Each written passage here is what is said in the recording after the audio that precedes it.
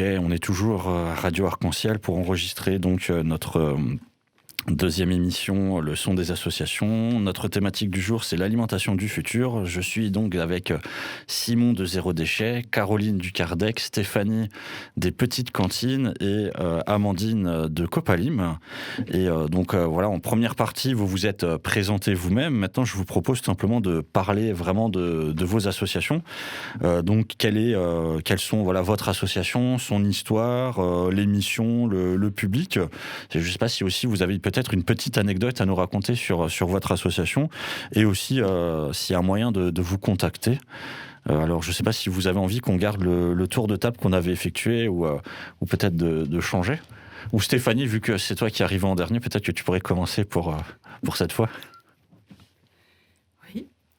Les Petites Cantines, c'est un projet qui est né à Lyon en fait en 2016 par deux innovateurs créés par deux fans d'innovation sociale qui sont Étienne Touvenou et Diane Dupré-Latour. L'émission, c'est de créer du lien entre les habitants. Et aujourd'hui, il y a plusieurs petites cantines. Il y en a 4 à Lyon, une à Annecy, une à Lille et une à Strasbourg qui est ouverte il y a un an.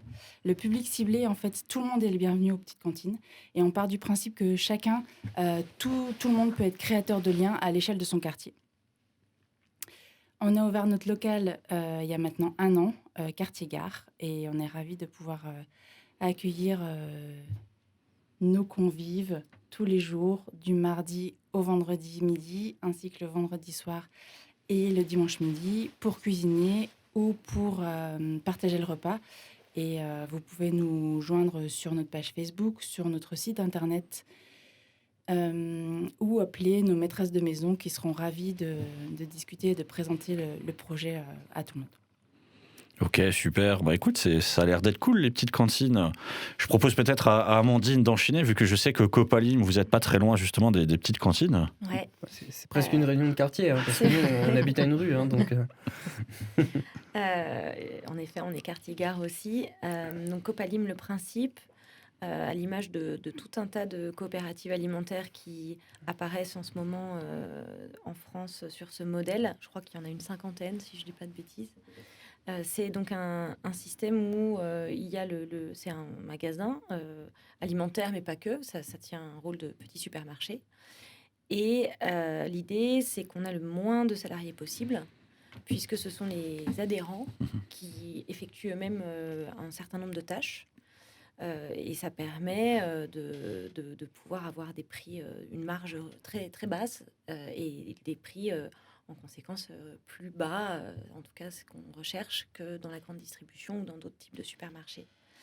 Donc le principe, c'est qu'on adhère à l'association, c'est une dizaine d'euros, enfin c'est 10 euros par an.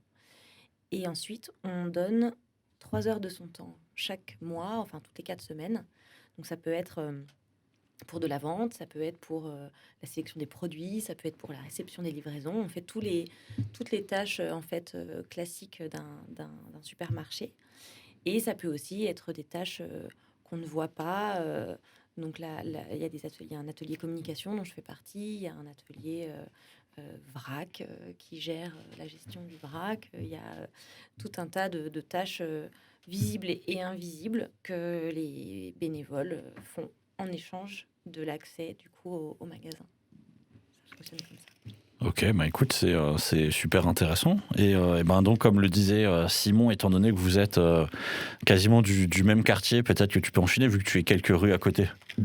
oui, nous, on est rue Cune. Ça fait un an qu'on a notre local, donc ça nous a beaucoup simplifié la vie dans la vie de l'association. Sinon, pour présenter globalement l'association, donc on s'est créé il y a 4 ans. On appartient à un réseau des groupes locaux de Zero Waste France, qui est la principale ONG sur la réduction des déchets. Et on fait partie des 100 groupes locaux qui existent en France. On agit principalement sur le plan politique, c'est-à-dire on essaye vraiment d'avoir une vision de qu'est-ce que c'est un territoire zéro déchet, qu'est-ce que c'est une politique zéro déchet. Et après, évidemment, quand on touche à la réduction des déchets, on touche à tout un tas d'aspects. Donc, on valorise les acteurs existants, comme on en a aujourd'hui d'ailleurs. On va agir dans les écoles également, donc intervenir dans les écoles, intervenir dans les entreprises. On va de plus en plus vers l'accompagnement des structures parce qu'on constate qu'il y a vraiment des structures qui veulent s'y mettre. Et du coup, on essaye de les accompagner, faire des diagnostics, former les personnes. Et notre but, c'est avant tout réduire, et pas recycler. Voilà, c'est un peu de sortir du dogme du tout recyclage pour le remettre à sa place, parce qu'il est utile ce recyclage, mais avant tout, penser à la réduction, à la réutilisation, au réemploi, à la réparation. Voilà, toutes ces choses-là qui permettent de ne pas produire de déchets. Ok. Bah écoute, après la réduction de zéro déchet, le CARDEC, c'est quoi concrètement, Caroline ? Alors, le Centre socioculturel à Cruteno, c'est une association, et effectivement aussi, qui va plutôt sur presque maintenant plus de 40 années d'existence. Donc, voilà, il y a un recul peut-être à faire par rapport à tout ce que vous venez de dire. Mais en tout cas, sur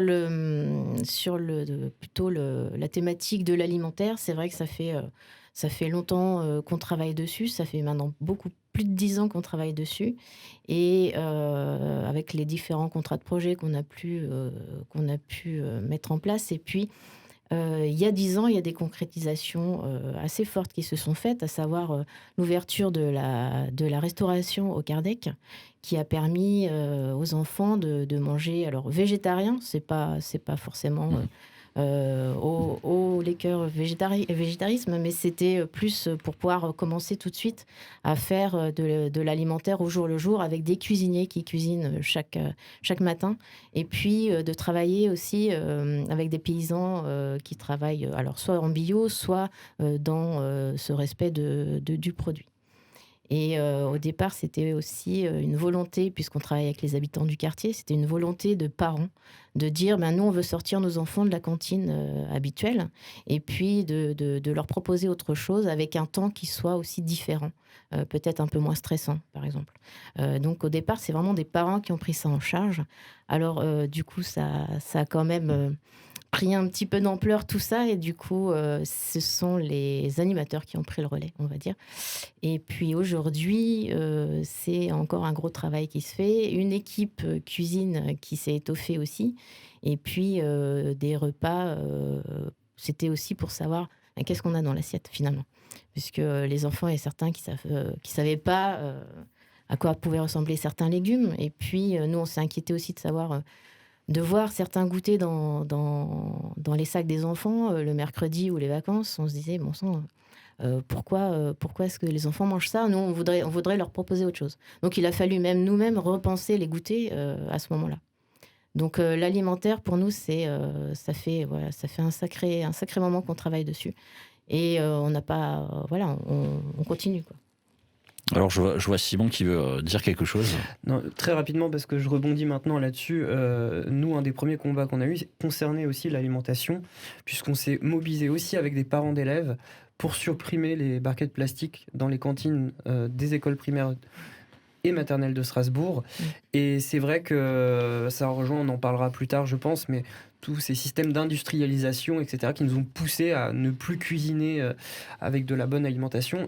Et pour conclure, c'est pas que la qualité des aliments, c'est aussi des bons aliments dans un bon contenant et bien cuisiné.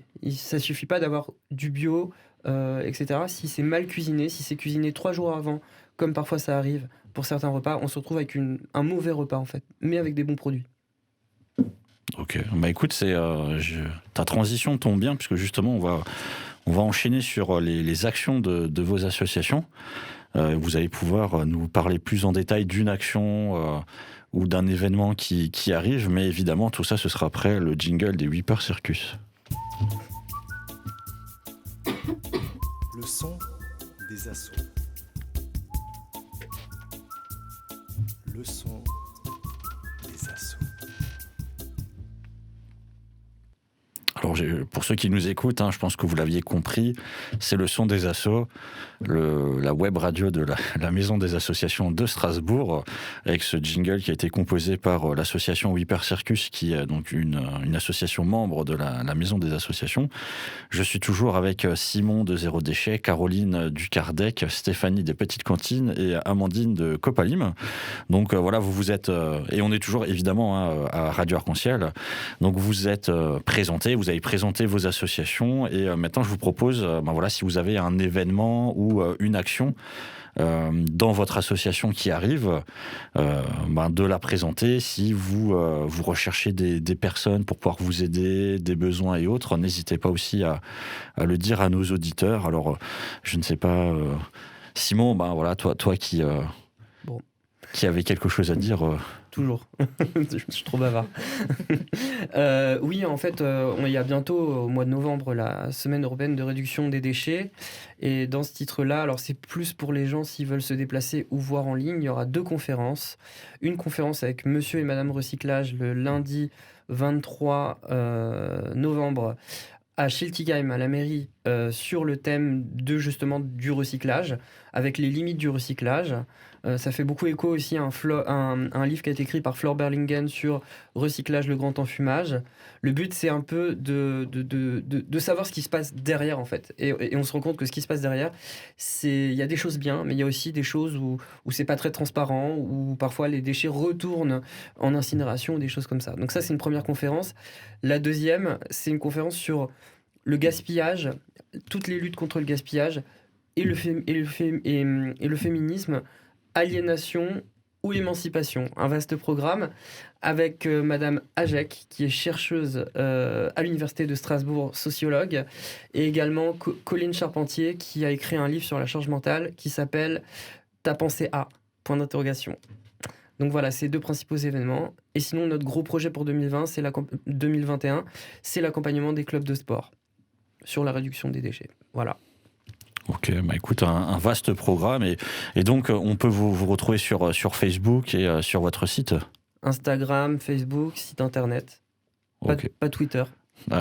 Écoute, ça arrive de ne pas être sur Twitter. Et donc, est-ce que Amandine, Caroline, Stéphanie... Peut-être Stéphanie, toi que je suis en train de regarder en fait actuellement. Est-ce qu'aux Petites Cantines, il se passe quelque chose d'ici Noël ? Ou peut-être même après ? Oui, depuis le mois de mars, on a mis une nouvelle action en place. Depuis la fermeture des petites cantines et le climat actuel, on n'avait pas envie d'être inactif, donc on a cherché à mettre à disposition notre cuisine au service de ceux qui en avaient besoin. Et on s'est associé avec les Vélos du Cœur pour récupérer des invendus, les cuisiner avec l'aide de bénévoles et grâce à des associations et des collectifs, les redistribuer à des personnes qui sont dans la rue, à des personnes qui sont hébergées dans des hôtels ou à des étudiants. Donc on recherche les mercredis et les jeudis des personnes qui souhaitent cuisiner avec nous aux petites cantines. Et cette action sera possible jusqu'à la fin de l'année. Ok, super. Écoute, si pour ceux qui nous écoutent, vous voulez vous investir, n'hésitez pas.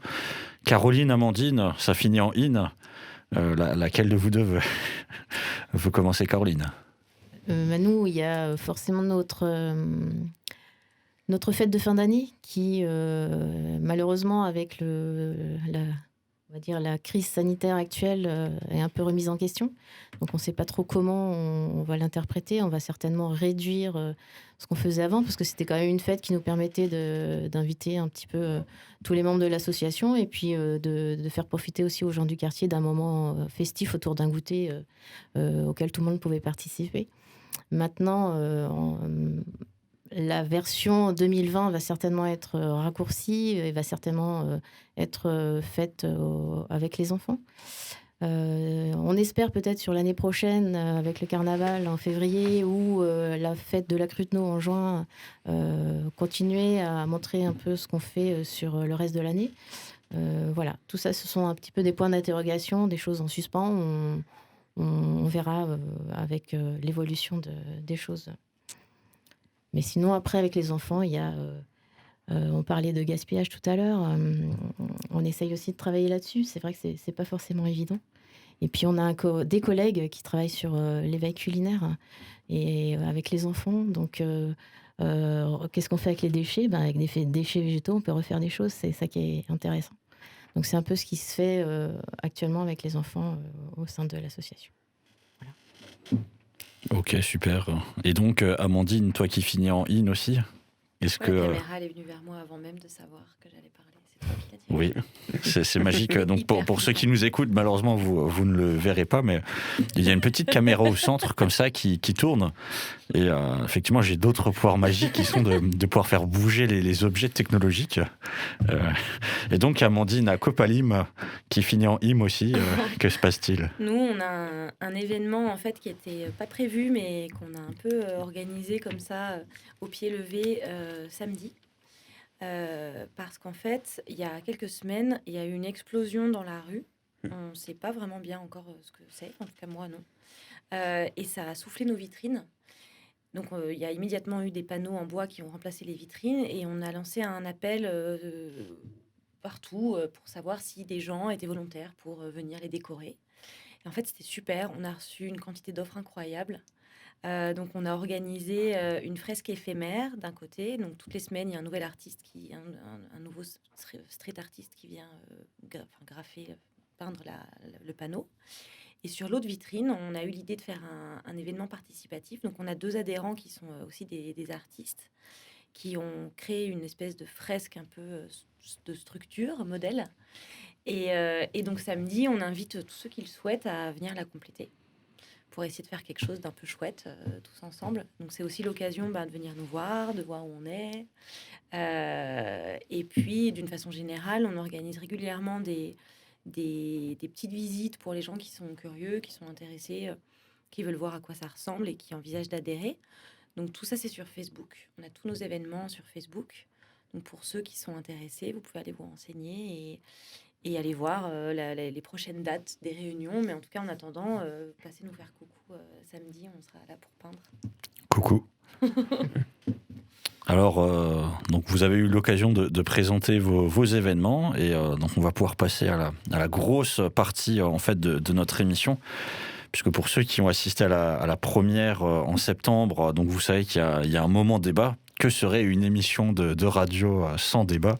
Le débat, évidemment, qui est lié à la thématique, l'alimentation du futur. Je vois Simon regarder, mais effectivement, il y a un débat, Simon. On en avait parlé, Simon, attention. Et donc, on va pouvoir passer à cette prochaine partie, mais comme vous vous en doutez, nous allons d'abord écouter le jingle des Whipper Circus.